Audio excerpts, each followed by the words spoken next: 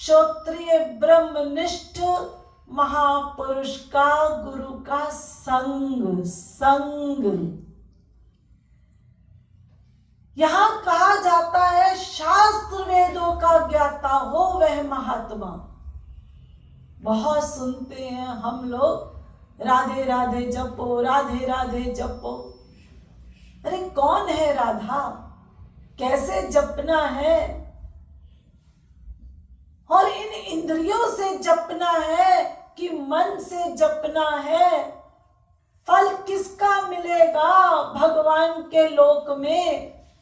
ये सारा तत्व ज्ञान वो वास्तविक ब्रह्मनिष्ठ महापुरुष कराता है।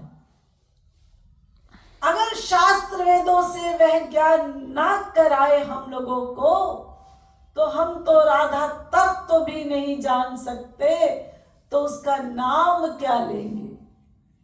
खाली इंद्रियों से बोलते जाएंगे राधा राधा राधा राधा।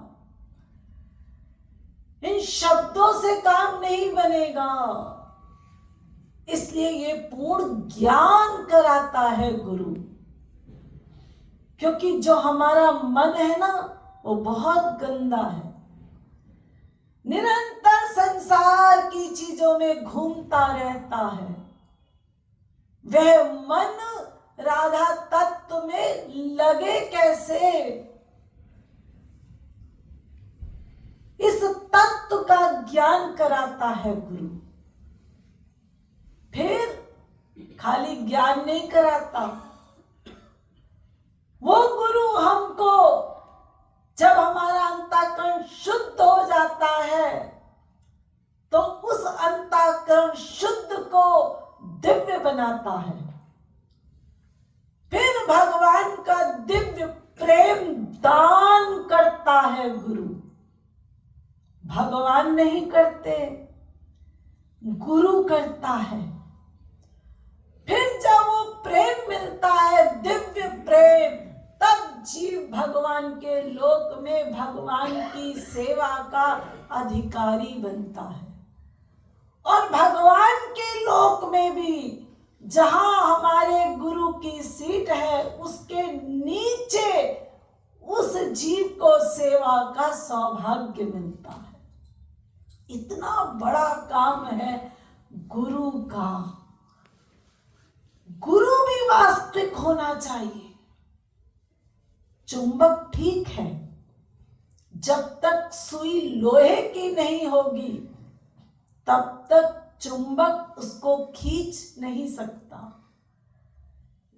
अगर उस लोहे की सुई में थोड़ी भी मिलावट है, तो वह सुई धीरे धीरे खींचती है। अगर ज्यादा मिलावट है तो अपनी जगह से हिलेगी, खींचेगी नहीं। और बहुत मिलावट है तो फिर चुंबक का उस पर कोई असर नहीं होगा। ऐसे अनंत जीव हैं।